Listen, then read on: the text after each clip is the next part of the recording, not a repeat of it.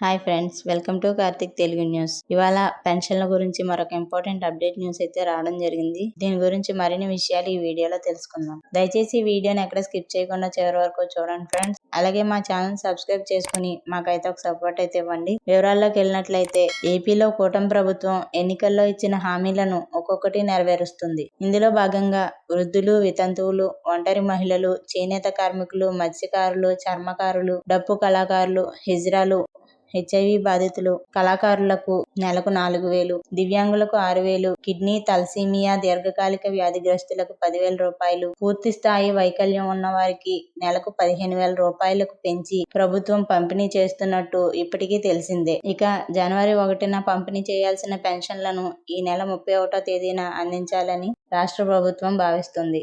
జనవరి 1వ తేదీ ఇచ్చే పెన్షన్ డిసెంబర్ 31కి మార్పు చేశారు. అదే రోజు పంపిణీ చేయాలనే ఆలోచనలో ఉన్నట్లు తెలుస్తుంది. జనవరి 1 కొత్త సంవత్సరం కావడంతో ముందుగానే పంపిణీ గురించి కసరత్తు జరుగుతోందని సమాచారం. ఈ మేరకు డిసెంబర్ 30వ తేదీన బ్యాంకుల్లో డబ్బులు జమ చేయాల్సి ఉంటుందని, ఈసారి పెన్షన్ పంపిణీ కార్యక్రమంలో ముఖ్యమంత్రి చంద్రబాబు పల్నాడు జిల్లా నరసరావుపేటలో పాల్గొనాలని నిర్ణయించారు. సో ఫ్రెండ్స్, ఇది అప్డేట్.